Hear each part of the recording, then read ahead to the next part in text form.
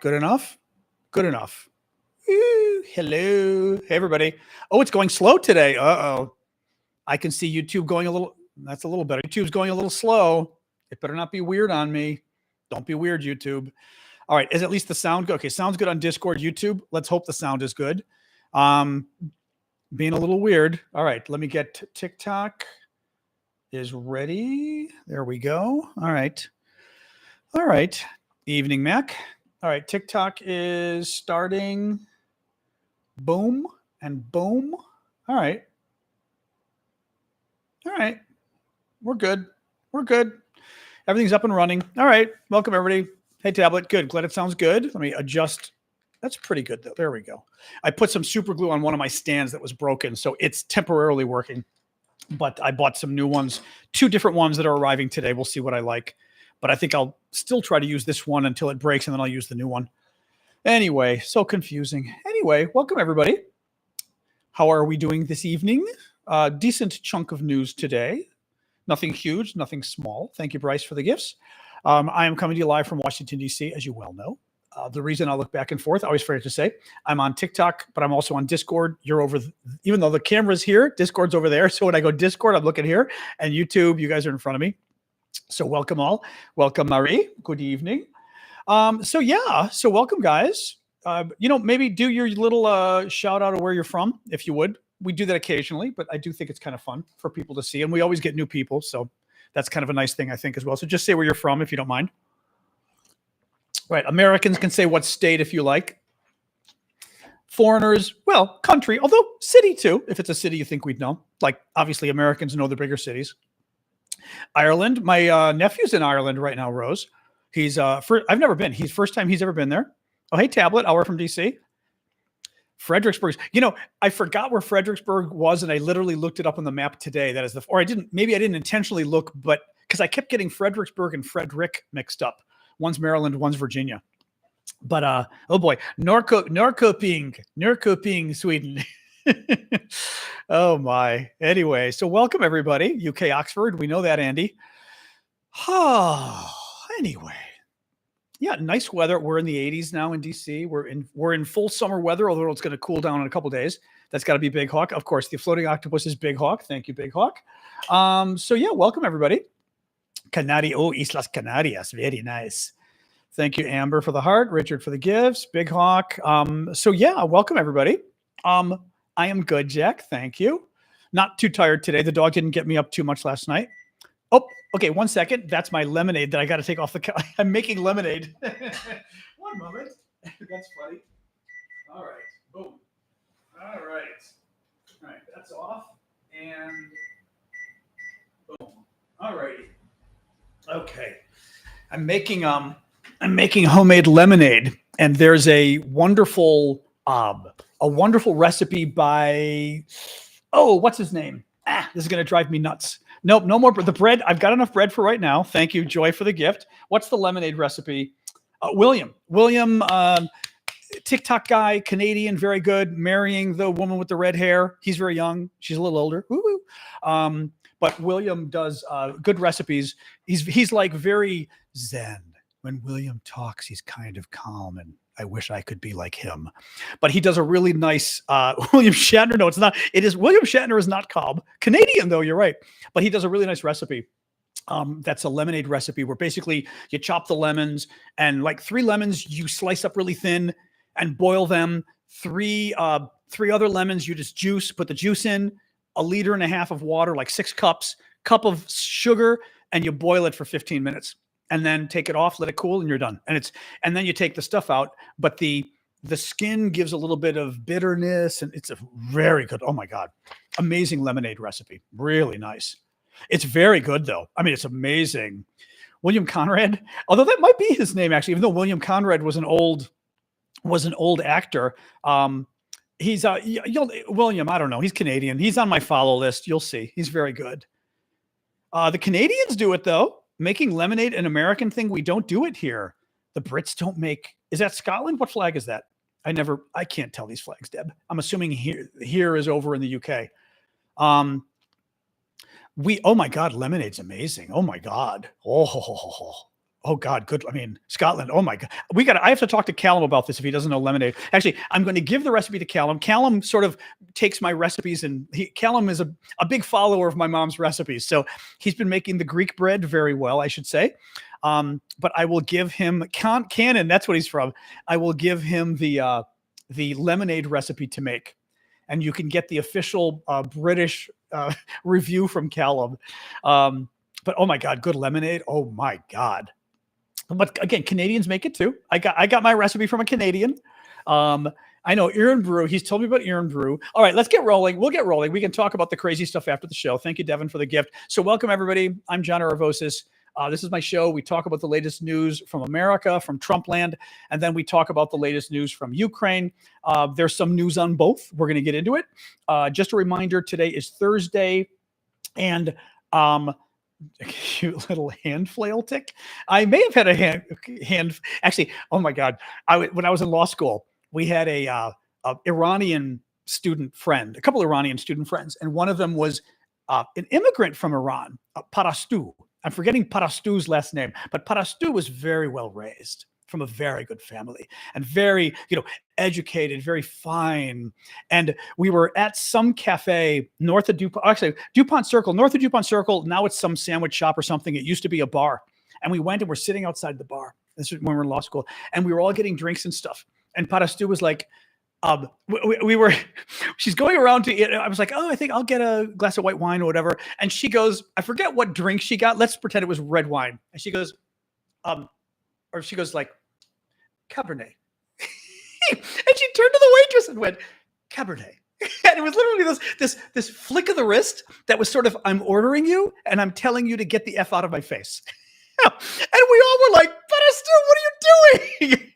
It was the funniest damn thing. But it was this sort of, well-bred, very good family. And she just had this like flick of her hand when she ordered that was at the same time, I'm commanding you and I'm also telling you to get the F out of my face. It was very funny. But I will never forget. She was a lovely woman. Very smart, Georgetown Law. Good catch. I'm sure she's already been caught at this point. But anyway, all right, guys, let's get rolling. So Saturday is our coffee talk. Thank you for the gift there, Joy. Saturday is our coffee talk. My head is itching again. Saturday is our coffee. My allergy. I'm getting my allergy shot on Monday. Saturday is our coffee talk that I do for the paid monthly subscribers. So everybody who's a monthly subscriber on TikTok, on Discord, on YouTube, on TikTok, you've got the SNN next to your name. On Discord, it's the people with the colored names, not the white names. Colored, you know what I mean? Names of color.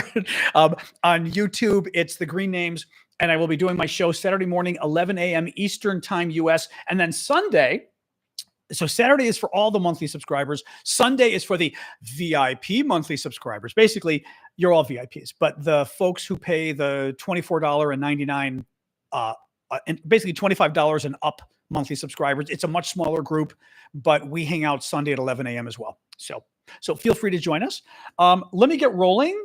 I'm going to put my AC 1 degree cooler here. Yes, there we go. Okay. I'm trying to adjust I saw the gift there. Thank you, Terry. I'm trying to adjust the temperature because it's getting summery and it's 80 out in the sun. That's why I've got all the curtains and stuff. But this room gets like hot, cold, everything. So anyway, all right, let's get rolling. Sort of big news. There's a lot of news today. Trump fired his national security advisor. National security advisor is the guy he's sort of the top foreign policy official in the White House. He's supposed to.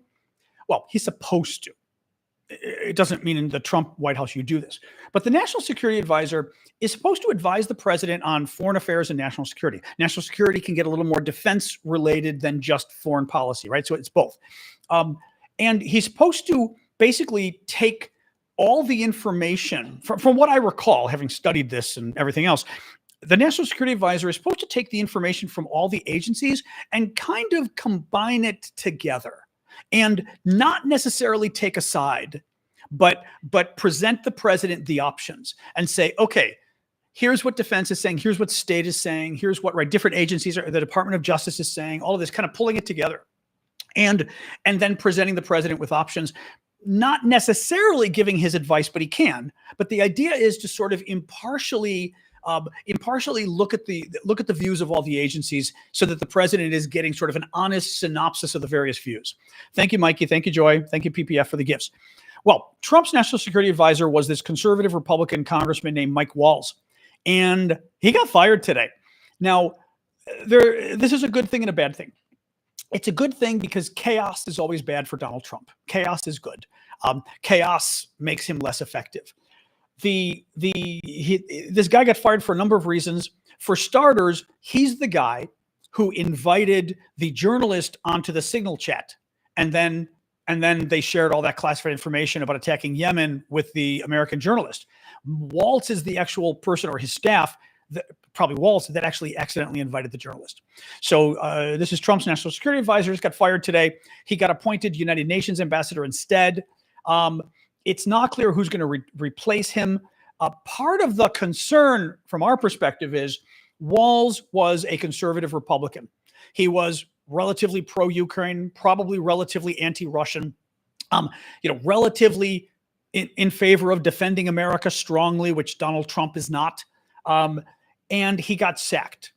He got sacked in part because the MAGA people, who are the woo-woo kind of extremists, thank you, Blue Fire. We got a fire gift over on a dragon gift over on TikTok.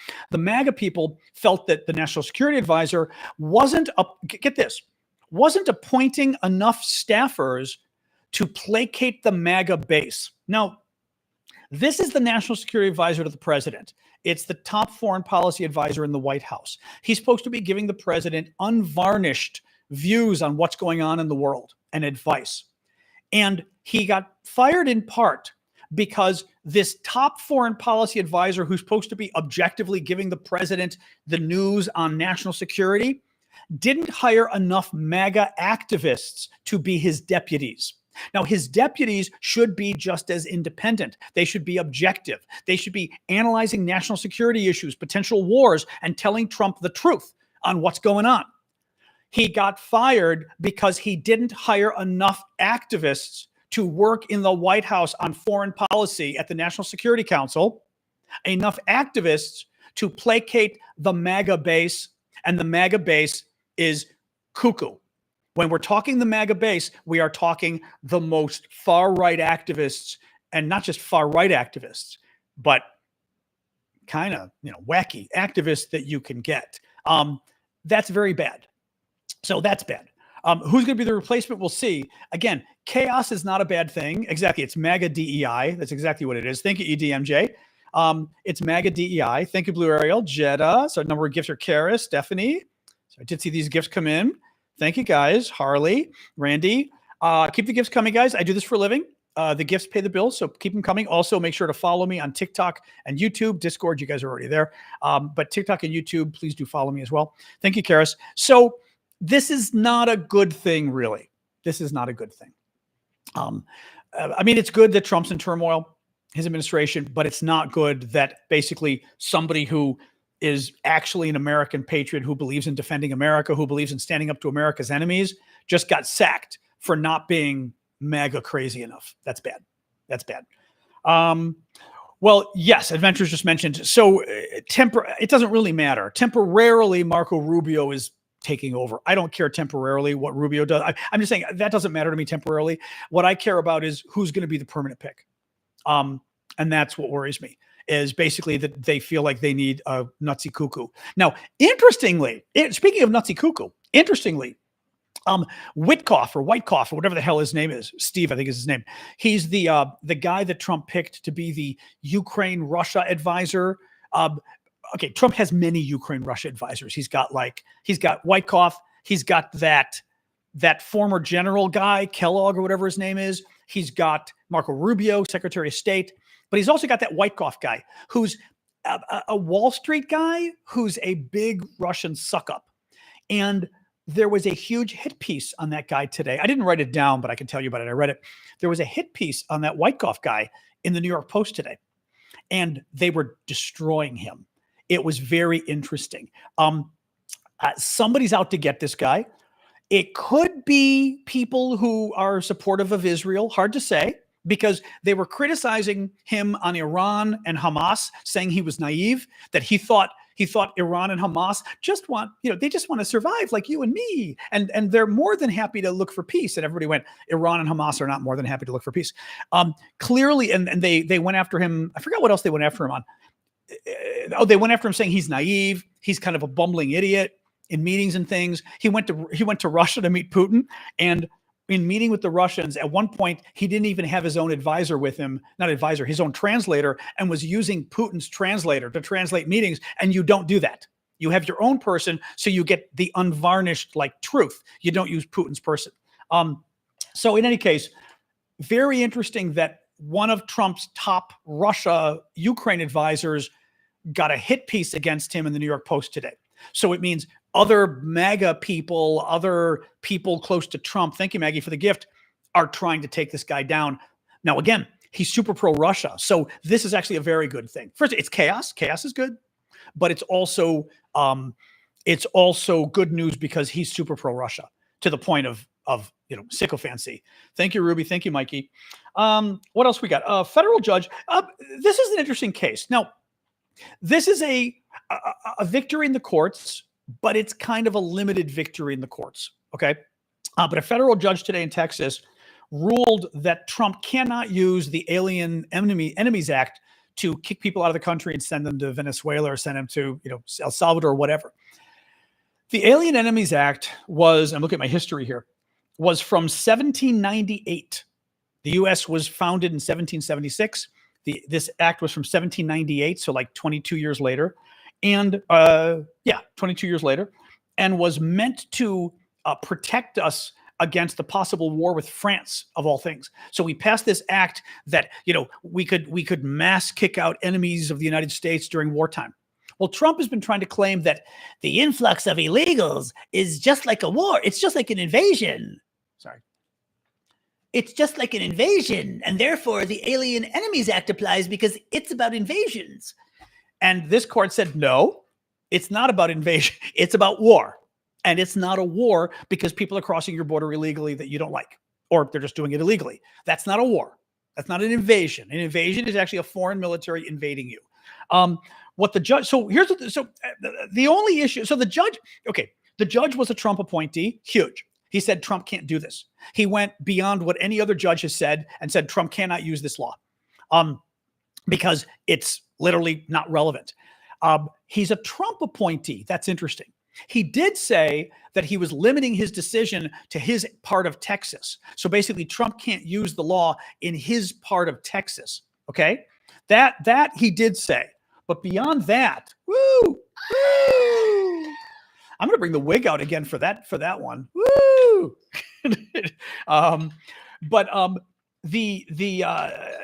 So his decision is limited. His decision is limited to a part of Texas, but it's still a very good decision. It's. Let me see what else whatever else was there. What the decision? If there was anything else here. Yeah, just that. It was a very good decision. Polling. So very bad polling for Democrats today. This I thought was very interesting. And this is what differentiates us from others out there who would refuse to tell you the truth. And I tell you the truth, good or bad, but some actually good. Okay. Not great polling for Trump, but it's still pretty damn good for Trump and bad for Democrats. Thank you, Alex, for the glasses. Jorge, Alan as well, Courtney. So here's what the poll said today. This was from CNN. New polling. Who would do a better job as president today? So they were asked this week, as of right now, with everything you know about Donald Trump, who would do a better job as president? Donald Trump or Kamala Harris? Donald Trump, 45%. Kamala Harris, 43%. That pretty much means that the election hasn't changed. People's views on Trump have not changed since the election. That's insane. I mean, that's completely insane with everything he's done to the economy, especially. Forget immigration, because immigration is, I think immigration, well, voters in the middle don't like what he's doing on immigration, to be honest. But on the economy, he's destroyed the economy. And he's destroying the economy with his tariffs. And we're now risking recession. We're now risking massive inflation. Our portfolios, our stock portfolios, our retirement is going down. The dollar's going down. Bond market going down. Stocks going down. That strikes me as wild. right? It gets worse. Who do you trust more on the main problems facing the U.S.? Who do you trust more on the main problems facing the U.S.? Donald Trump or Democrats in Congress? Donald Trump, 40%. Democrats in Congress, 32%. Which party do you trust more on immigration? Republicans by 19 points. Meaning the Republican Party, they trust the Republican Party more than the Democratic Party by 19%, so 19% points ahead. So the Republican Party is 19%. So if Democrats were at, I don't know, 40 points, the Republicans would be at 59 points for which party they support on immigration. Now, that one, I'm less surprised because a lot of people are conservative on immigration. The economy. Which party do you trust more on the economy? Today, now that Donald Trump, this is from CNN, today, now that Donald Trump has basically destroyed the economy in many ways and is putting us at risk of a recession, putting us at risk of inflation, right? Putting us at risk of stock market going, well, stock market has gone down under him. Our portfolios have gone down. The bond market was in danger, right? Inflation threatened to go out of control. Which party do you trust more in the economy? The Republicans by 9 points. The voters trust the Republicans 9 percentage points more. Yep. I mean, that's amazing. And by the way, can I just say, and this is where, again, the MAGA trolls really don't understand their talking points. He's making front.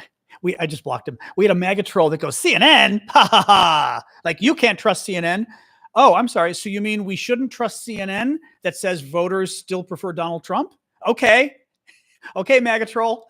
I guess then we'll not trust the news that actually is in your favor. Okay. This is where I told you where they use talking points, but they don't actually understand what the talking points mean. This is pretty screwy. As Jillian just said, there's something very wrong with your electorate. There's something very wrong with the electorate. If at this point they're looking at this, Kamala Harris, fair enough. You don't like Kamala Harris. I can deal with the Kamala Harris poll because, again, maybe it's just they just don't like her. Okay, I would still say I'd rather have Kamala Harris than unabridged racism, than stock market collapsing, out of control inflation, recession, pandering to America's enemies, bigotry, right? I mean, cutting off all American foreign aid, cutting Medicaid, cutting Social Security, cutting Medicare. I'd rather have Kamala Harris, right? I think there's no way. Not only there's no way she couldn't be worse, but it's absolutely 100% obvious she'd be better. But I could see if you don't like her. But like on the economy, you literally trust Donald Trump 9 points more than you do Democrats on the economy with everything he's done on the economy? That's insane. That was not a Republican poll because we've seen it elsewhere. I reported a similar poll last week that showed that voters were not happy with Trump, but they were even more unhappy with Democrats. This is the problem, though, is you get a situation. And by the way, too, the thing that's difficult with this is when you're in politics, you can't just say the voters are crazy, even if they're crazy, right? You've got to figure out how to win them over. Now, the voters are crazy. That's insane, right? It was insane what they did last fall, and this is even more insane. But you have to win them over, but they're crazy, and I'm not sure how you win over crazy people. That's the problem. I'm just not sure what you do because there is a disconnect from reality from there, right? If you think Donald Trump is better on the economy after everything we've just gone through and every fear we've got, people are literally, 72% of the American people, 72 or 78% say the economy is now getting worse under Donald Trump, but they think he's better than the Democrats. The Democrats gave you massive economic growth, massive employment, low inflation. Voters didn't think it was low. Too bad. Inflation was 3%. Doesn't matter what you think. What matters is what the facts are. The inflation was at 3%, right? Your stock market was going crazy. The highest stock market ever under Joe Biden. So good that Donald Trump claimed credit for it a year ago. January of 2024, Trump actually claimed credit for the Biden stock market because the Biden stock market was doing so well. There is something fundamentally wrong with people here. It is misinformation, but it's also a problem of voters being uneducated, undereducated, not wanting to be educated, not caring about the truth, being gullible, but it's also not just gullibility. I really, I mean, I put the fault on the voters. They don't, what's the, you can't handle the truth, right? I mean, they literally don't want to know the truth. Jay has a question. Thank you, Jay. If the Democrats, when in office, do better for the economy, then what is wrong with the perception? That's what I don't know. That's what I don't know. I mean, it is true that Republicans, I always say Republicans are great at messaging. Democrats suck at messaging. Republican politicians often lie. Trump lies all the time. They lie exceedingly well. Democrats often tell the truth. They can't even tell the truth well. The economy under Joe Biden was doing amazing. Democrats couldn't tell people that. Inflation was a problem. Joe Biden should have made clear from the beginning whose fault inflation was. Donald Trump's, right? From the beginning. There were a couple of main problems. Bird flu was out there. Some supply shocks, totally Donald Trump, right? Donald Trump let COVID go on. It gets back to now, mind you, it gets back to the original lie, the recent original lie about COVID, right? Donald Trump and the Republicans lied about COVID and pretended like it was no big deal. To this day, they still do. Democrats should have taken it, and rather than running in fear, they should have said, okay, you ignored COVID, right? You ignored COVID. It's going to hurt the economy. The economy is going to be in trouble, right? And guess what? The economy was coming out of, not only during COVID was the economy a mess, but coming out of COVID, we had high inflation, in part because of COVID. Democrats should have said that from the beginning, right? Why didn't they? Because Democrats suck at messaging. By the way, that person needs to be blocked, Poppy. Good, you block. Oh, good job. Good job. Thank you. All right. Very good. Thank you. Because Democrats just suck at messaging, and I really don't get it. I really don't get it. Yeah, seventh ban, you're leaving too. Bye-bye. Yeah. That kind of bigoted troll bullshit does not fly on this broadcast. Yeah, Poppy, get rid of seventh ban too. Or blue, thank you guys. Actually, that is not one I would have blocked. I would not waste a block on them. They're probably good for a mute. Well, doesn't matter. Doesn't matter. Any case. All right. So, yeah, we can move over to Ukraine. Let's talk about this for a second if you want. You want to talk about this for a second? What's going on with all this? Democrats, Republicans, etc. But otherwise, then we'll move on to Ukraine. You were called a communist by your family because you're a liberal. Yeah, ask your family who's the one who's in love with the KGB colonel. Seriously, I'd be like, really? I'm a communist? Show of hands, who's in love with the KGB colonel? Who's willing to put America's national security in the hands of a KGB colonel? Raise your hands. Oh, not me. Not the Democrats. Oh, well. Oh, well. Anyway. Oh, man. Man, oh, man, oh, man, oh, man, oh, man. Unbelievable. Unbelievable. Anyway, thank you for the birds. Thank you, Jen. Appreciate that. Yeah, I mean, people, again, they lie very well. You've got the Fox News and the media infrastructure. Now, by the way, this is something I said about with the election lie, with the great lie, with Trump claiming that he won the election when he didn't win the election in 2020. You have to have at least some sympathy for Republican voters because they get lied to by everybody. And I always tell people, okay, imagine, even if you're a foreigner, you'll understand this because you understand American culture well enough if you're watching the show. Imagine 2020, the shoe was on the other foot. Imagine Joe Biden lost the election, okay, in 2020, pretend. And Biden told you he actually won the election in 2020. Biden and Harris told you, no, we actually won or Biden said we won the election in 2020, and they literally stole it from us. I would be very worried. Then Nancy Pelosi and Chuck Schumer, top members of Congress, jump in and say, Biden's right, okay? Former presidents, like top party officials weigh in and say he's right. The election was stolen. And then CNN and the Wall Street Journal and the New York Times all report and claim that the 2020 election was stolen away from Biden, like hypothetically here, right? You've got all of these people you trust, your newspaper, the New York Times and the Washington Post, telling you that Biden really won in 2020 and the election was stolen from Biden, right? This is a hypothetical. You've got, so you got the top newspapers. You got the top news you trust. CNN, for example, is telling you Biden actually won the election in 2020 and the election was stolen from him.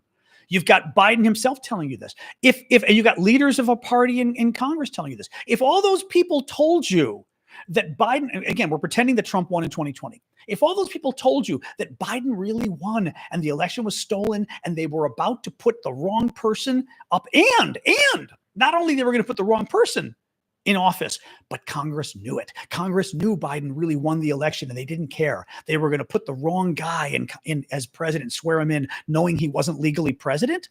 I mean, it's insane, right? But again, you got to think of the Republicans.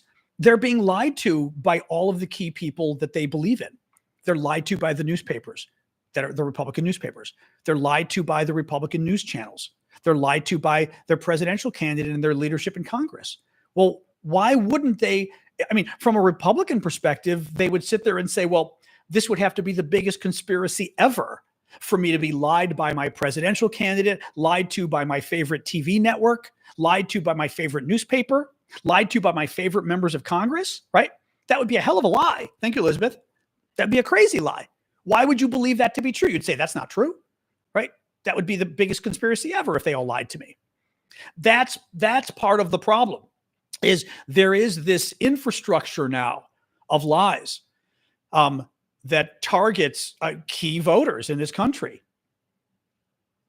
And you can't really get around it because the infrastructure is so big and so powerful that it almost isn't believable. Like I said, it would be akin to us being lied to by CNN, the Washington Post, the Wall Street Journal, by President Obama, President Biden, all our top politicians, all of them telling us the same lie that none of us really knew. And if all of them told, like Barack, everyone, Mrs. Obama, all of them, right? I mean, if they all told us the lie, we'd say, well, it's probably true, right? It's kind of amazing, right? It's just this is the problem, and this is how fascism walks in on little cat's feet, because people get lied to and they don't. Social media is to blame, but honestly, it's not just the Russians and the Chinese doing social media, right? Who's doing? Alexa, lower the temperature 1 degree. Still warm in here. I mean, we've got a lot of people who want to believe, they're not.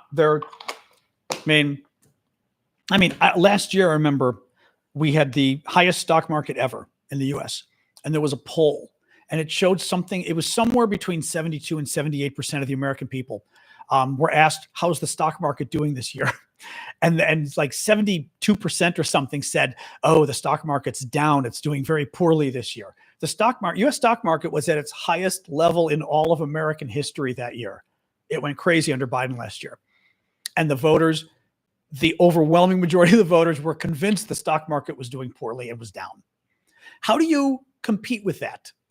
Right? It's very screwy. It's really screwy. Hi. All right. Just looking here. Gunther, all the Dems in the mainstream media say that Israel are the goodies and Palestinians are the baddies, but half the Democratic voters know they're lying. Okay, what is that about? Like when did you become a Palestinian troll? Like, what the hell did that have to do with any of this? Anyway, I have no idea what that was. All right. All right, let's go on. Let's start doing Ukraine. All right, move on to Ukraine. Keep the gifts coming, guys. I do this for a living, so please keep the gifts coming on TikTok, YouTube, Discord. So Ukraine war, 1,161 days into the war. Vladimir Putin's 3-day special military operation. Ukraine. Oh, so the summer deal. So Ukraine, some more details came out today about, thank you, PPF. Thank you, Heather. Thank you, PC. More details came out today about the deal the Ukrainians reached with Trump, the mineral deal. I mean, I'm kind of coming around on it. I don't know. Yeah, I know what you were doing, Gunther. It's a little trolly, I think. Like, I don't think that's an example at all. I mean, again, that's not an example. You're giving an opinion on something that reasonable people disagree on. That's totally different than literally lying about the election. That's just completely different. I disagree with you right there on the issue you just brought up. That's what I'm saying. Like, People on both sides disagree pretty vehemently in the Democratic Party. That's called democracy. These guys are getting lied to about issues that are blatantly obvious, such as the election, such as COVID, such as vaccines. All right, keep going. So Ukraine reached this mineral deal. It's not just mineral, it's actually oil and natural gas with Trump. Thank you, DJ, for the gift. There's going to be some kind of actually, the deal is kind of interesting. Now, Trump extorted the Ukrainians, clearly, for this deal. I mean, that's kind of a given, so fair enough. But what is interesting to me is, I think unless we're going to go through the deal here, I think the deal's a good thing for Ukraine because Ukraine's desperate. And the reason I gave it thank you, Heather, thank you, DJ, thank you, Jen. The reason I'd given at the very beginning, we're talking months ago about this, was this gives America skin in the game. Trump now feels like knowing Trump, he probably does own some of it, right? But Trump feels like he owns part of Ukraine. So all of a sudden, if the Russians screw Ukraine, if the Russians take Ukrainian land, if the Russians bomb, they're bombing Trump's investment. They're risking Trump's investment. That gets very interesting.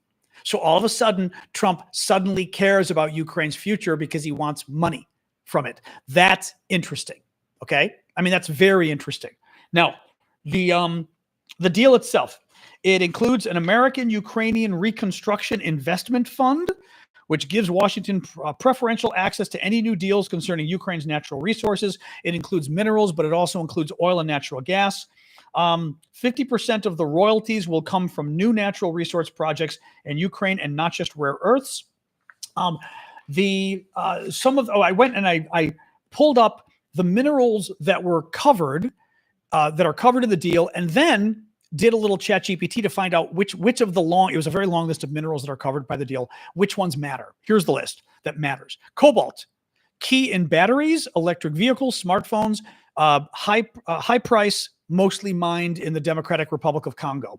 So Africa, the Russians are kind of getting their hands in it and stuff. So cobalt, big deal.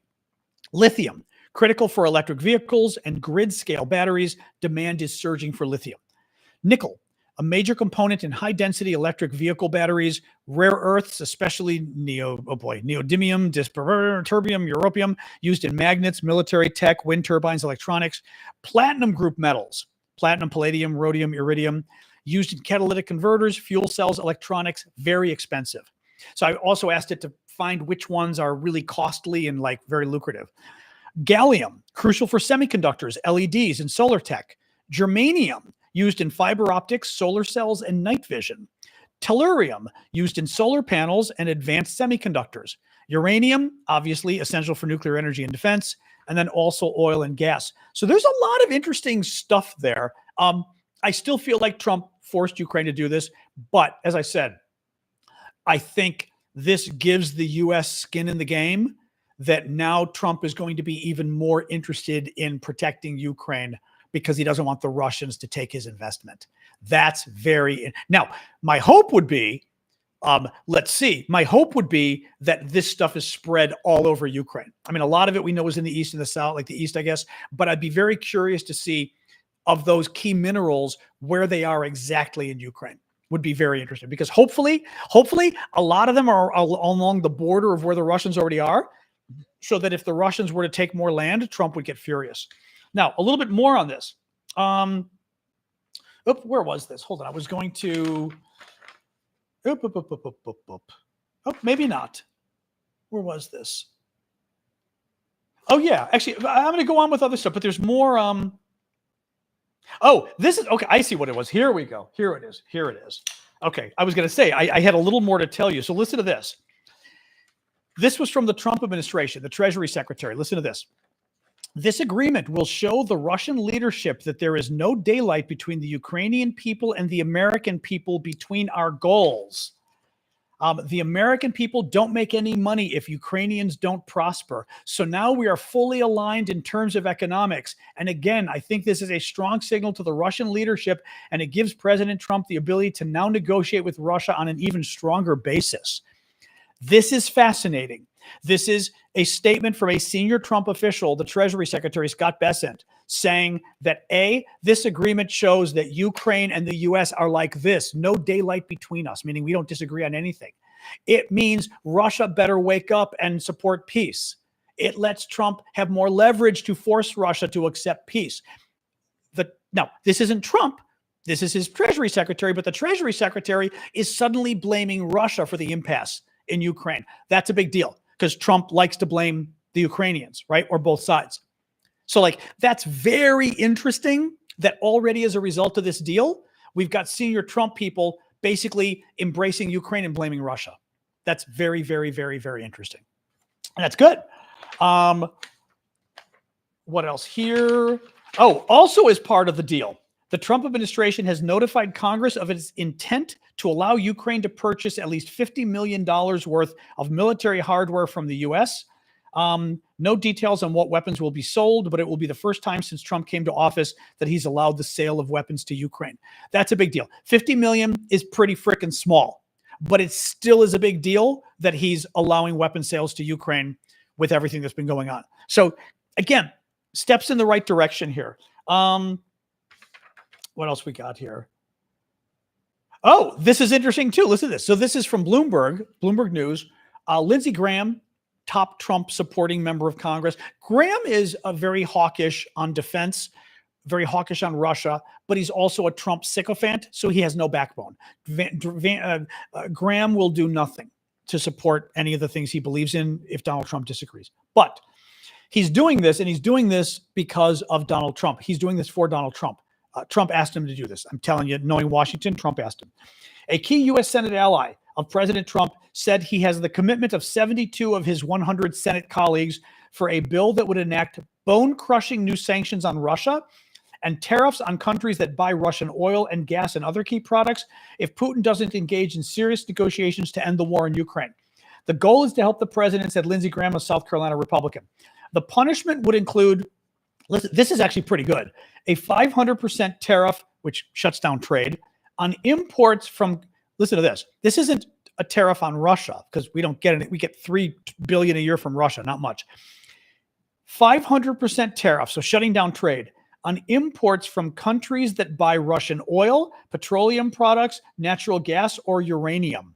So any country that buys Russian oil, gas, uranium, natural gas, or whatever, will get their trade shut down with the United States. Thank you, Crazy. Thank you, Hannah. Thank you, Taylor. That's very interesting. Let's see. Other sanctions would also prohibit U.S. citizens from buying Russian sovereign debt. That struck me as very interesting. Trump, it would include India, it would include everybody, anybody who buys Russian oil, natural gas, or uranium. So that's very interesting. Now, Graham would not be doing this if Trump didn't okay it. My suspicion, that doesn't mean Trump wants it to pass. Sometimes things like this are simply meant to stir the pot, to scare the Russians. Like Trump could tell Graham, hey, go and introduce the legislation and pretend we're going to do it, but we're not going to really do it. But pretend we're going to do it to freak out the Russians. So that could be little thing on my shoulder. I hate that. Little piece of lint. It's not going away. I'll live. All right. No one was going to see it until I said it was there. Anyway, so very interesting though. Still very interesting. So why not? Why not? Anyway, all right. I'm going to adjust my camera again like I do. 1 second here. Oh, can I adjust this one? I think I can. All right. There we go. Oh, that's good. Beep. Beep, beep, beep, beep, beep, beep. Oops. Sorry. Trying to go. Come on, camera. There we go. Good enough. All right. There we go. Good enough. All right. Good. Now I can sit back and relax while we talk. So anyway, so there we go. That's it for the news today. 6:40. We did 45 minutes. It's not too much. This is the part. Thank you, Gene. This is the part of the show we sit back and just shoot the breeze. So, what did Ukraine get in the deal from the U.S.? They're able to buy 50 million of U.S. weapons. It's not well. Okay, it's some kind of joint investment fund, which seems. I'm not convinced Ukraine got anything other than its own weird security guarantee in a way. We don't know. I'm not going to guess yet. I'm not convinced Ukraine got anything. The only thing Ukraine got, which is not insignificant, is the U.S. now has a stake, or now has a ownership of part of Ukraine, so that we don't want the Russians mucking around. Right? That's interesting to me. So, I disagree on that. I disagree. I don't know that I would have muted that person. That person deserved, Big Hawk, that person deserved one more comment before they got muted. They weren't a troll yet, I would say, because I was going to answer them. Their second comment might be troll worthy, but that one was not troll worthy yet. The person said that, what Ukraine's getting is all the weapons they got from us and never paid. Here's the problem with that argument. That suggests the U.S. got nothing out of all the aid we got Ukraine. Bull. 90% of the U.S. aid went to American companies. Literally, it was money paid by the U.S. government to American companies. So, 90%, so you're talking $120 billion went to American companies. That's a big deal. Second of all, the U.S. got nothing. You're kidding. The Russian army got destroyed in Ukraine over 3 years. The Russian army got set back years in Ukraine. We got the destruction of the Russian military at zero cost to us, other than, like I said, 15% of our defense budget. So 15% of our defense budget per year, not per year, 15% of our defense budget. Actually, that's true. It would be 100. Well, now it's 130 billion out of 850. That's 15, maybe even 12, 13%. But that's over 3 years. So divided by 4, that's 4%. So 4% of our defense budget every year has gotten us the destruction of the Russian military. It's without having to risk any American lives. That's worth it. Considering how much of our defense budget goes to defending us against the Russians, it's the Russians, the Chinese, and terrorism, and Iran and terrorism are sort of the big items. And the Russian military got destroyed because of our help, and we didn't have to risk anything. So the idea that we got nothing out of this, we did not help Ukraine because we're good people. I mean, we did, but that's not really it. We helped Ukraine because it was in our national interest to stop the Russians. If you're pissed at anybody, be pissed at Russia for why we had to get involved. If a woman's getting attacked on the street, don't get mad at the woman that you had to help. Right? A, you helped because you were a good person. B, it helps your neighborhood to not have violent crime happen and people get away with it, so it helps you. And C, don't get mad at the woman who got attacked. Get mad at the attacker. So there we go. That's my response. Now, that person very easily could have been a troll. The second comment they make, I think they would have been, but that first comment was borderline. I wouldn't consider it quite trolly necessarily. Hey, iBully, thank you for the question. iBully is asking a super chat question. This makes me sound dumb, but why do 500% tariffs instead of an outright embargo if they essentially accomplish the same thing? I don't know. I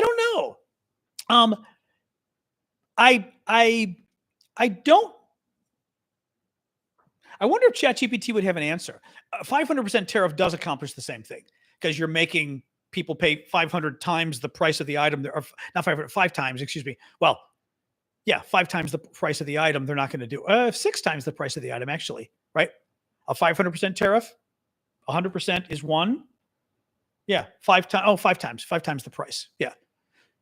Oh, 5 times. Right, 5 times is the tariff. I mean, well, are we still making money? Bryce says because we're still making money, but if it's 5 times the tariff, it's really just shutting down trade because no one's going to pay a 500% tariff. So why not just have an embargo? It's a good question. I don't think, this is what I'm kind of working on, Joshua. 100%, but a 100% tariff is 1 time. It's not 2 times the price. The tariff is 1 time if it's 100%.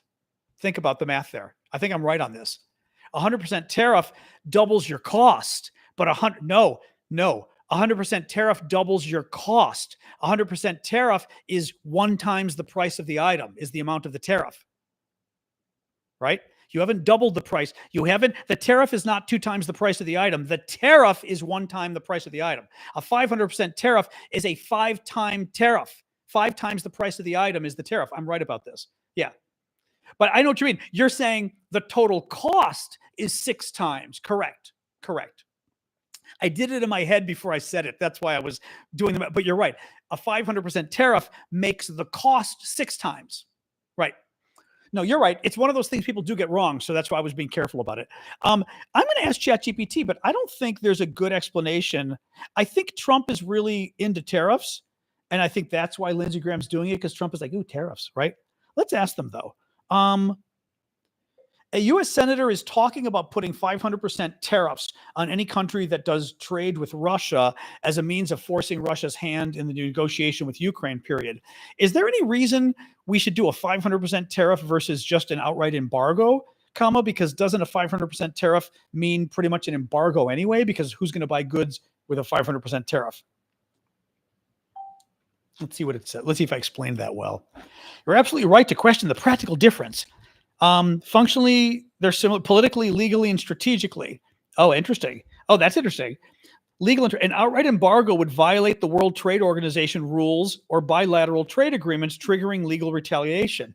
A high tariff, however, is a way to discourage trade without banning it outright. Oh, interesting. Tariffs allowed. Oh, that's true. Tariffs allow countries to technically stay open to trade while punishing behavior. That's a good point. It can be dialed up or down. That's a good point too. Well, we've got a 500% tariff. If Russia starts doing good things, we'll lower it to 200% tariff, right? You've got wiggle room versus all or nothing. Interesting. Yeah, so economically, they're basically, actually, you know what? ChatGPT gave a good, I'm kind of impressed, actually. ChatGPT gave a pretty good nuanced argument. That's a very good idea. I think I've got 4.0 there, 4.0 or 4.0 or whatever the hell it's called. I mean, 4.0. Yeah, that was a pretty good explanation, actually, I thought. So not bad. Thank you. I'm noticing succeed for the swan. Succeed twice for the swan. Thank you. Succeed also with the hearts. Thank you, Heather, as well. All right, guys, keep the gifts coming, guys. Also follow me. TikTokers, please do follow me. Always forget to ask that. Thank you, Uncle Hippie. Yeah, I didn't think about the WTO and the legal recourse either. That's very interesting. I mean, again, that was an actually smart answer from ChatGPT. I'm a little scarily impressed by that. I mean, because I know something about these topics. That sounds like a credible answer, actually. Yeah, Graham might have used ChatGPT to come up with this idea. You know, this is the problem, though, is you never know with ChatGPT whether you're getting a correct answer or a goofy answer. You know what I mean? But I am impressed by the answer. Yeah, German. That was interesting, actually. So anyway, is lobster a big thing in Canada? Jens is asking. I'm going to guess the Canadians like lobster. Yeah, especially on the coasts. Oh, cool. Oh, that's the flower gift. I know that one. Thank you, flower lady. The bouquet. It is a pretty bouquet. Thank you. Which one? Use 4.5, Danik? I never quite know which one to use. The 4.5 or whatever it's called, I'm assuming. I'll switch over if that's the one I should be using. I never quite know on stuff like this. Let me switch. Model. Oh, hold on. It's still giving me the research preview, but that's okay. 4.5. Oh, that's the slow one? 03? I never used 03. 03, really? For stuff like this? Okay. Sorry. ChatGPT, if anybody hasn't used it, it's got like a number, like 5 or 6 or 7 different versions you can use, and each one is a little different. Thank you, Taylor, for the octopus. Each one's a little different, and it's hard to understand what that means. Bad guy, I don't know who you heard that from, but that's ridiculous. The guy, we'll be lucky if Biden's alive in 3 years. He's not running for president. Yeah, I assume you're joking or whatever, but if you heard that from somebody, you heard it from somebody you should never listen to again. So the octopus is really cute. What else? Oh, boy. Liner AI. I don't know what that is. I don't even know what Liner AI is. Oh, hey, Tony in Ireland. My nephew's there now, loving it with his wife. Never been to Ireland. I haven't either. Thank you, Carrie, with the kitten. That's very cute. But I'm dying to go to Ireland. I've never been. I need to go. So hopefully soon. Thank you, Terry. Um, anyway, what else? People are discussing the appropriateness of eating lobster on YouTube. I admit, eating any of these animals, I'm feeling bad, but it is very good. I just don't like having to eat it out of the shell. I find that a little gross. But, you know. Oh, are you kidding? I have to go. I've never been. James Carville is excellent. I think he's fascinating. Autumn. She asked if James Carville is worthwhile listening to. Yes, I think he's got excellent ideas. He's a very smart man. I had him on my podcast a couple of years ago. He's very funny. He's very brilliant. At the very least, he's very smart about politics. He was a Clinton guy in 1992. He's very smart about politics, and he's very entertaining. A, you will be entertained in principle. B, he's very smart. So even if you don't agree with him, he'll make you think, which I like him on that front too. He's very good. So, and he's just very smart, and I find him intriguing because he was on our podcast. He had us laughing ridiculously, but also he's smart and he's very good at messaging. He's very big at cutting through the bullshit. He doesn't believe in. He gets very upset at Democrats for being very ivory tower, like smarty pants. He talks about Democrats being smarty pants all the time, and and it is true. On the left of the Democratic Party. I mean, I've talked about the LGBT stuff, right? We've got to change the acronym of LGBT every year to include a new group, and it's plus, and it's queer, and it's Q, and it's I, and it's A, and our flag has to have a new color, and now it's a second color, and a third color, and a fourth color, and a circle, and a star, and a diamond, and everything is and whereas people like regular Americans are watching going, oh my God, I've got a headache now, right? And he gets really pissed at Democrats for just their over-inclusion verbiage and everything. He talks about like Latinx, like that kind of garbage, which Latinos hate that too, by the way. A bunch of white people came up with the idea to call Latinos Latinx because Latino. Anybody who doesn't speak Spanish, I don't. People know this, I'm assuming. Latinos are Latinos, people of Latin, meaning Latin Americans, Central South Americans, Latinos, and in the U.S., a couple of years ago, people, far left liberals, started calling them Latinx, not Latinos, because in Spanish, Latino is masculine, Latina is feminine. So if you say Latinos, you're just saying men, you're not saying women. In Spanish, you use the men to mean plural. Like Latinos, you use the men plural to mean everybody. And literally, it was a bunch of white people trying to jam this, and I'm sure it was some Latino activists, but pretty much white people that came up with it, and we're trying. The Biden administration, left and right, using the term. And I'm watching like white Biden people on TV talk about the Latinx community. Well, you talk to Latinos, I kid you not, because I hate this stuff, and I researched it to death. 3% of Latinos supported using the word Latinx. 3% of the Latino community in America wanted that word to be used to describe them, and Democrats across the board used the word to suck up to the activists. And literally, administration officials on TV, that is the kind of stuff that drives James Carville crazy, which is why, and it also drives Latino crazy. Ruben Gallego, who's a new senator, former congressman of Arizona, Democrat, very good. Ruben's gone off many times about the Latinx thing. He's like, you call me Latinx and I'm going to kick you out of here. It's ridiculous. Absolutely ridiculous. I don't know how it started, but it's used instead of Latinos now, So yeah.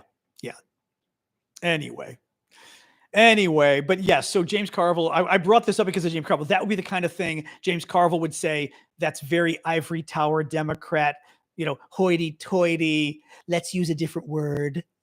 And it's a word that, and again, the American people, like I said, like I'm gay, LGBTQIAA+.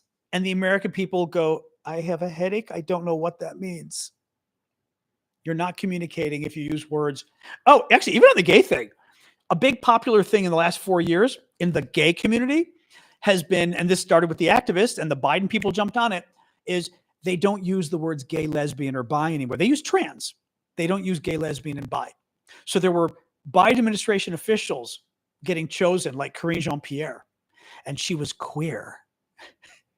And I went, wait, what? Like, I had no idea she was anything.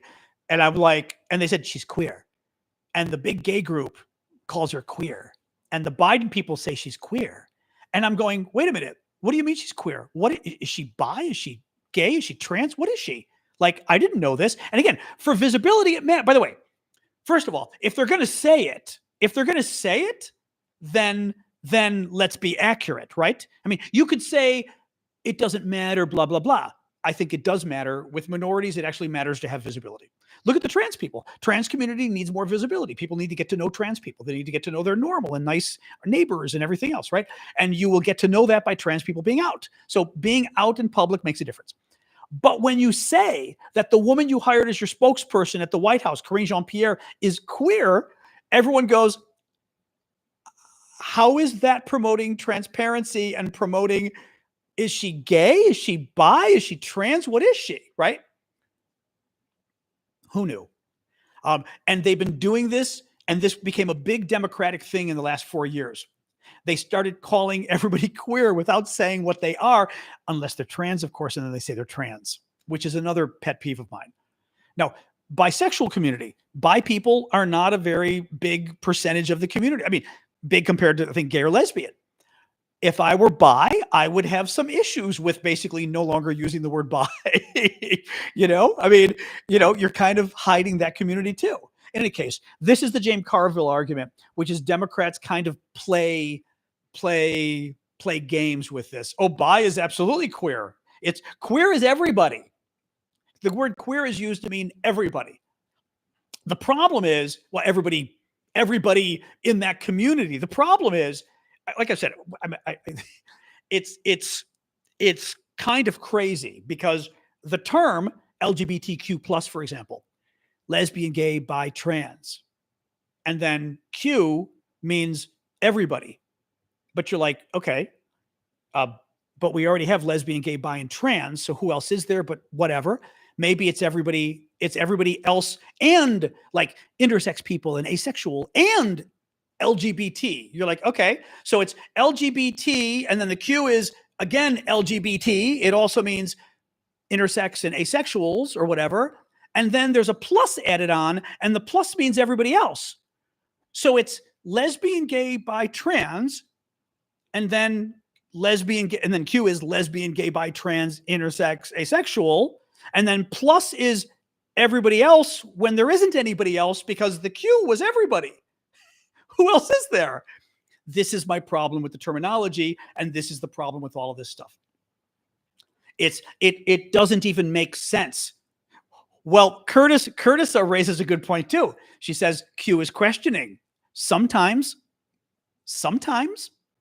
No, I'm being quite serious. I've been involved in gay advocacy for 30 years. Q is sometimes questioning. Sometimes it means queer, which means everybody. Sometimes it means questioning, and questioning is its own issue, I would argue, because no community includes people who are questioning. If you're thinking of becoming Jewish, do we call you JQs? I mean, right? I mean, you don't include that in any community that you're thinking. Allies, right? They include allies too. Great. Can I be a black ally? I get to call myself, or can I call myself Latino now, or Latino plus, because I'm an ally of Latinos, right? It's ridiculous in terms of what our community has done compared to other communities. Only in my community do we have to add all these like questioning and allies and everybody else. Why don't we add Latino allies into the Latino community?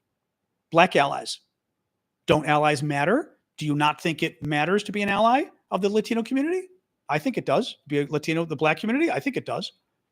Anyway, this is the issue with all this stuff. This is what Carville has a problem with. It gets very complicated and weird. No updates on India and Pakistan? Nope. Didn't hear anything today on it, really. Well, Martin, we all can't just be people because there's discrimination in the world. No, I mean, that's the reason, right? There's still discrimination against women, so women need to keep speaking up. There's still discrimination against trans people and bi people and gay people and lesbians. They need to keep speaking up. There's still discrimination against blacks and Latinos, right? Asians. I mean, people with disabilities. I mean, that's why, having worked on these issues, that's why people speak up, because they're still facing discrimination. They still don't have equal rights. If they don't speak up, they're not going to get them. And as I said, like with trans people, you need the visibility so people can see you're normal and get to know you and like you and say, you know, right? These people are my friends. That's important. It was important on gay issues. It still is, but it very much was. So that's why people speak up. They have to, you know. Anyway. All right. Enough of this topic. God, it's humid still. Like I said, I had my AC going down. It's actually humid in here today. I put the AC down. I don't want to put the AC down too far, but it's maybe because I'm by the door. It's a little, let me just look here. But it's a little warm in here today. I put it down to 7. Yeah, no, it's on. Okay. The AC is on. All right. Okay. AC is on. That's fine. 'Tis fine.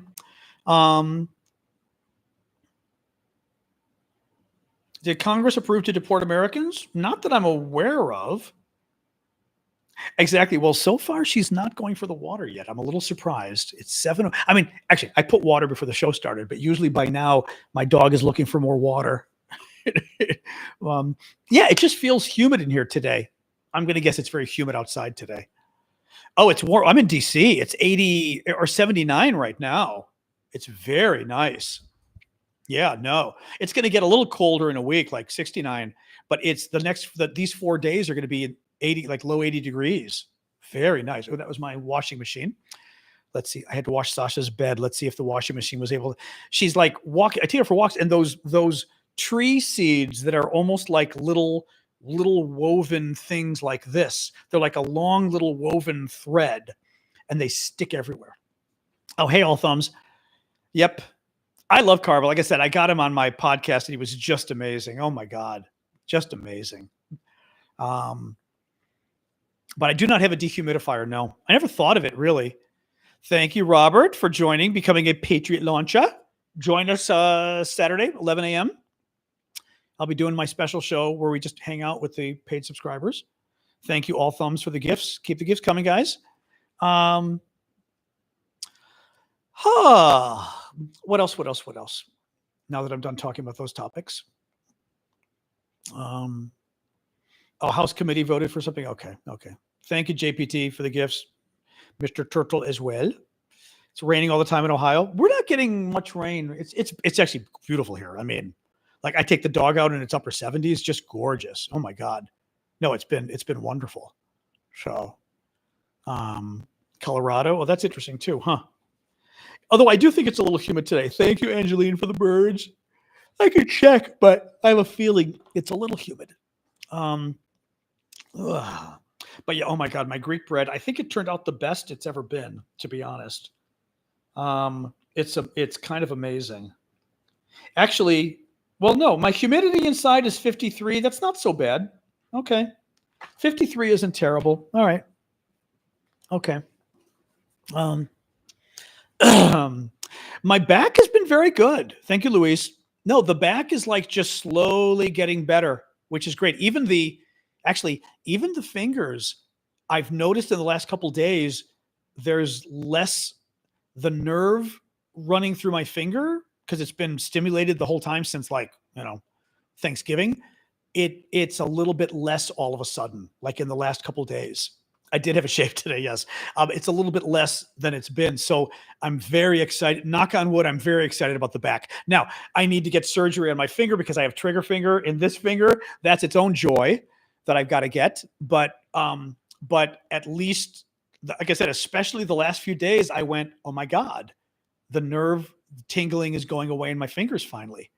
Yeah, I know that and actually it's been 5 months. Yeah. Makes sense, right? Because that's nerves can take that long easily. Trigger finger, I don't want to show you because it's going to hurt. I can show you trigger finger. It's going to hurt a little bit. Watch my middle finger. All right. Oh God, this is trigger finger. If you can watch my middle finger. Oh, actually, it's not doing it. What? It's a little better actually. Ow, that hurt though. Trigger finger is, I will show you what it would be. You open up the other fingers and this one would hold back and then go zoom and then it lets go. And it basically gets the tendon gets swollen here and it gets stuck until the tension's enough and then the tendon lets go and then your finger opens. So it's as if your finger triggers open. Thank you, Julie. But the only weird thing is I've been intentionally not bending it that far. And today I bent it that far and it kind of hurts when I did that, but it didn't really trigger as much. So now I'm kind of wondering like, okay, is this actually getting a little better? I don't know. I'm a little surprised here. Everyone on YouTube, are you still there? You all stopped talking. I can't, unless you all stopped talking or the connection died. I've got 120 people on YouTube and nobody's talking, which has me, there you are. Okay, Jens is there. You guys got me worried. I thought you disappeared. Yeah, you're so, okay. It's a very weird thing. I know, I'm healed. No, I've been intentionally not bending it all the way and I'm wearing my little brace, but that's what I mean. I think it's just being a little bit better. PT for the back? No. Yeah, surgeries. The surgery is scary. Well, I had to get procedures for my back. Surgeries are scary if you have to do the surgery. The surgery my sister had to have, you have to go through the neck and fuse the vertebrae together, all sorts of crazy shit. Yeah. But I got the steroid. I did get the 2 steroid shots in my spine.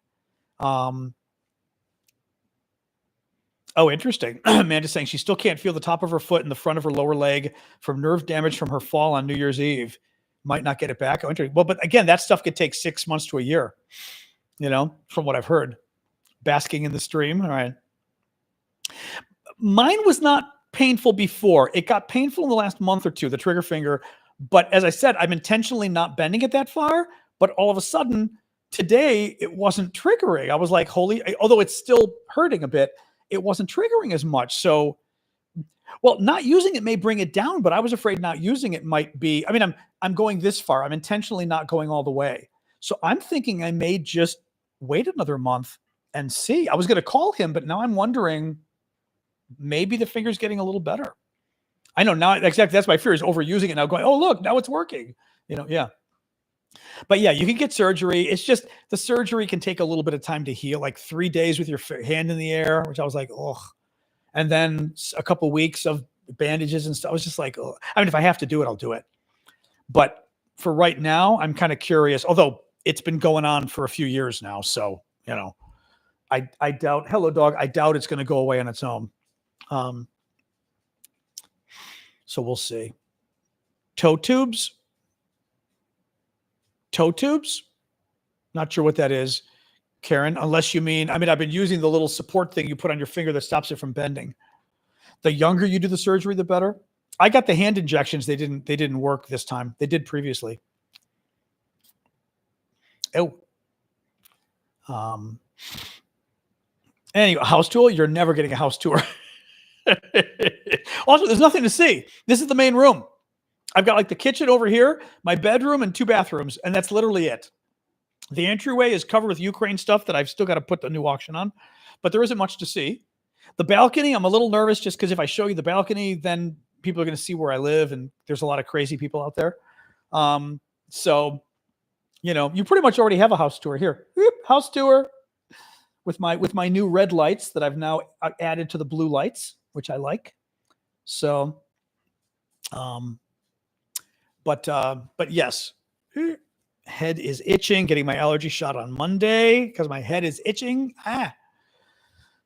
Anyway, yeah, no. But I'm seeing if it gets. I'm gonna probably need the surgery. But although I also don't mind if it's 1.5 baths actually. So it's not 2. I wish it were 2 because when I have guests, like if guests stay in here using the other bathroom, but at least it's a half bath, which is nice if you have guests over at all, dinner parties, whatever. They don't have to use your bathroom. It sucks, because then Anyway, what else, guys? Anything else? I think we may call it quits soon since we're kind of slowing down here. Oh boy, my dog is a Yorkie Bichon. So half Yorkie and half Bichon Frise. The Russians building up to the Polish borders. I didn't talk about it. That's been a story going on for a little bit now. The Russians are, well, I mean, okay, the Russians don't really have troops to put by. They're sort of moving forces towards the NATO areas like Poland and Eastern Europe, Baltic states, but at the same time, they don't have the troops to do it. So it's like, thank you, Debbie. They don't have the troops to do it because they're fighting in Ukraine. So it's not like Russia has a ton of troops to just go sit on the Polish border or sit on the, or not Lithuanian, but the Estonian border. They don't have the troops to do it. So I did read that they're kind of positioning and moving things west, but when the war is over, then Europe has to be more worried about the Russians moving along those borders. But right now, they're doing it to be dicks, basically. Basically, they're doing it to threaten Europe. And they're doing it to threaten Europe. They're doing it to threaten Trump. They're doing it to go, oh, look, we're threatening war. We're moving troops to your borders. Oh, boy, you better seek peace in Ukraine or else, oh, boy, you better seek peace with us because we're the big bad. You better cave to us and give us everything we want in the world, or maybe we'll start a war. That's what they're doing. So,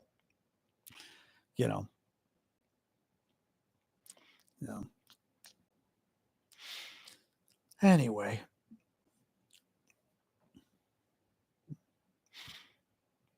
Can the U.S. send troops to the U.S.? I don't know what that means. Or you mean to Ukraine? Well, we could always send troops to Ukraine anyway if we want to. Again, the fact that we've now reached a deal with Ukraine and the U.S. has, I don't know if it's part own. Well, we have part future ownership in the proceeds from minerals and oil and gas.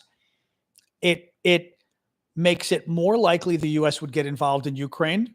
It makes it certainly harder for Russia to commit future wars because now they're going to be invading sort of U.S. companies, which is interesting.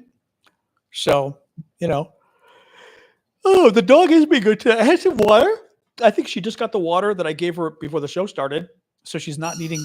Oh, you spoke too soon, Jason. Hello. That was too cute.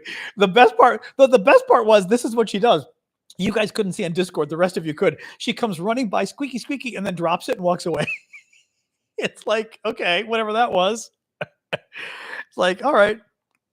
But she literally dropped it and then went away and went to her water. I think, oh, see, now she does want more water. Okay, 1 second. Now she wants more water.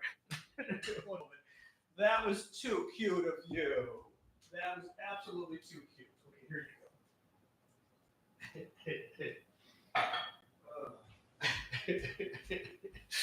go. I love how she does that. It's like, oh my God. But you had to see, because on the other camera, like on the video, literally she was like running up with the squeaking and then threw it and then walked away. Because it was like, okay, playtime's over. Oh, too funny. Anyway, exactly right on cue. Exactly. She's got to wait until about 7:15 or so for more. That's just good. Oh, God. Oh. I think in the end, I still think, I'm sure we extorted the Ukrainians into the deal, but at the same time, it is unfortunately to Ukraine's benefit because Ukraine's in trouble. And having the U.S. be a part owner of their minerals in some way and oil and everything else is beneficial to Ukraine. Because if Russia takes over those areas, they'll be taking money away from Donald Trump. And that's all he cares about. So that's a good thing, Oops, adjust the light a little bit. So anyway, all right, guys, let's call it quits since we're just hanging and, traffic's going down.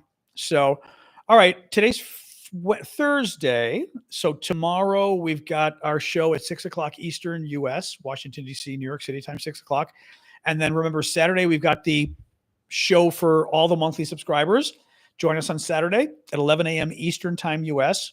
And then Sunday is for the $25 or $24.99 and up on Discord and TikTok. Not TikTok. Discord and YouTube, because TikTok TikTok got confused. I tried to set one up on TikTok at one point, and it got all screwed up and gave you guys different amounts and everything else. Like some people only got the $24.99 that they could buy, and they're like, oh my God. And then they thought I was asking only $24.99. I was like, I'm not asking $24.99. So anyways, TikTok doesn't work. But we're gonna do it on YouTube and Discord. So that's Sunday for the $24.99s. My take on Ukraine's current situation, Willie? That's kind of a big question. I don't think much has changed. Well, okay. Ukraine's not doing well. Russia's not doing well. Russia's doing a little better than Ukraine. But Ukraine's not doing well because the U.S. never came through. Europe never came through. And now we feel like, oh, we tried. And Trump is here and Trump's a disaster and doesn't care about Ukraine. That's bad. Today, things are a little better because suddenly Trump's the Russians were really obnoxious yesterday. The Russians came out yesterday and pretty much told Trump to mind his own business. That does not go over well with Donald Trump. He's pissed at the Russians now. Whether that stays, let's see. But they embarrassed Trump on the Ukraine stuff. So actually, let's see.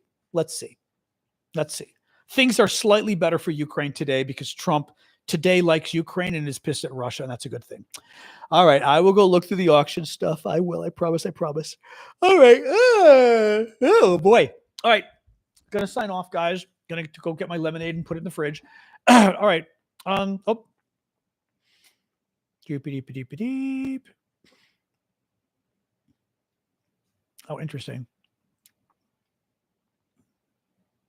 Mm-hmm. Oops, sorry, reading what you wrote, tablet. Okay, interesting. All right, guys, I'm gonna call it quits. All right, have a good night, everybody. All right, Discord folks, starting with you. Actually, there's 5 people. I can see Tablet and Manda. There's a couple hiding behind it because I had the scroll. Oh, there it is. Oh, Street Rat and Barbarossa. All right, see you guys. Have a good night. All right, boom. All right, YouTube, you're next, and then TikTok, you're next. All right, YouTube, have a good night, guys. And then